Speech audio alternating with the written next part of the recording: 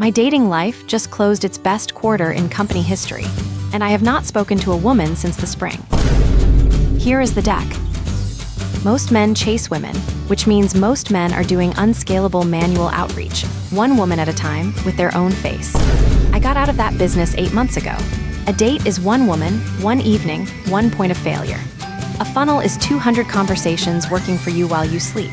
So I stopped chasing dates and started building pipeline, and a funnel does not have to convert to be growing. The first thing I optimized was the opener. I ran Hey against Hey There for 3 weeks with a control group, and Hey There won by 4 points, and I have not used it since, because a proven asset is something you protect, not something you spend. It sits in a note on my phone labeled Do Not Deploy. Champions understand this. You do not see a boxer spending his best punch at a press conference. Then I built the spreadsheet. Every match gets a row, a response time, and a lead score out of 100, and the scoring is where amateurs get it wrong, because a woman who replies fast is showing eagerness, and eagerness is a churn risk. I dock points for speed. I dock points for questions about my day. The highest scoring lead in my entire pipeline is a woman who has never once replied, and every week she does not reply, her score goes up. She is now at 96. I consider her my most stable relationship.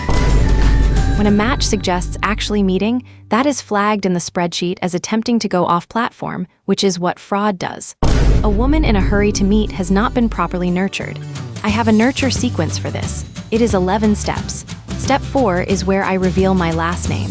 Nobody has ever reached step 4. By month 5, the workload was real, 24 conversations a night, every one of them frozen at my turn, so I did what every founder does at scale. I hired. My friend Dev came on as ghostwriter, and Dev is also single, so he understands the market. We merged our operations into one shared spreadsheet, and our combined close rate came out to exactly what mine was alone, which we have agreed to call a successful merger. We hold a Monday stand-up now, 2 founders, 1 whiteboard, about women neither of us is speaking to. Attendance is perfect. Stand-up surfaced a bottleneck, which was me, manually swiping like a peasant, so in month 6 I automated the top of the funnel. I installed an app that swipes for me, opens for me, and replies for me, which means the one asset I was too scared to spend is now being deployed by a robot around the clock. And when the opener fails, the rejection belongs to the robot. I wake up every morning to 40 new conversations I am not having, with women I have never seen. It took me 6 months to source 200 matches by hand. The robot took the pipeline to 400 active conversations in 3 weeks. It is outperforming me on every metric I track, and as the founder, I take full credit because I hired it. I check the dashboard the way other men check their phone for a text back, except mine always has good news. Around month 7, I decided the operation was ready for outside eyes, so during a haircut I showed the dashboard to my barber, a man who has cut my hair for 6 years. He looked at the graph for a while. Then he said, 400 conversations, and asked me when I meet any of them. I no longer have a barber. You cannot keep an advisor who does not believe in the product. Then a lead named Maya broke protocol. 9 days into the nurture sequence, she skipped to the end on her own. She sent her phone number, an actual phone number, with a message that said, "This is easier, call me." I did not call. A lead that converts that fast has not been qualified, and I am not going to let one impatient woman collapse a process that 400 other conversations are depending on.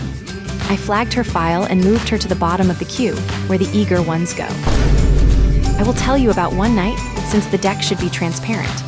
Around 2 in the morning, the dashboard hit a personal best, 512 conversations active at once, a number no man in this market has ever held.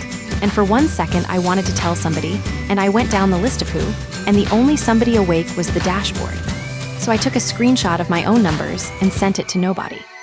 Then I filed it under investor updates and went to sleep, because a founder does not need applause, he needs runway. In month 8, Maya churned.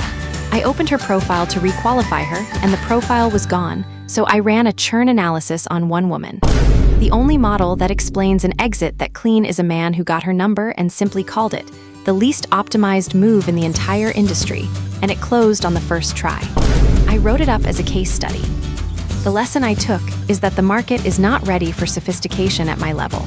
And the lesson I filed is that he beat me with 1 phone call and no spreadsheet. And 3 weeks ago, Dev resigned. A woman asked him for directions outside a hardware store, and he answered her, out loud with his voice, zero preparation, no script, no A/B test, and now they get dinner on Thursdays. I gave him an exit interview. I asked where the operation had failed him. He said, man, just call Maya. I logged the comment as anecdotal, thanked him for his service, and revoked his spreadsheet access before he could damage the data. So that is the company today.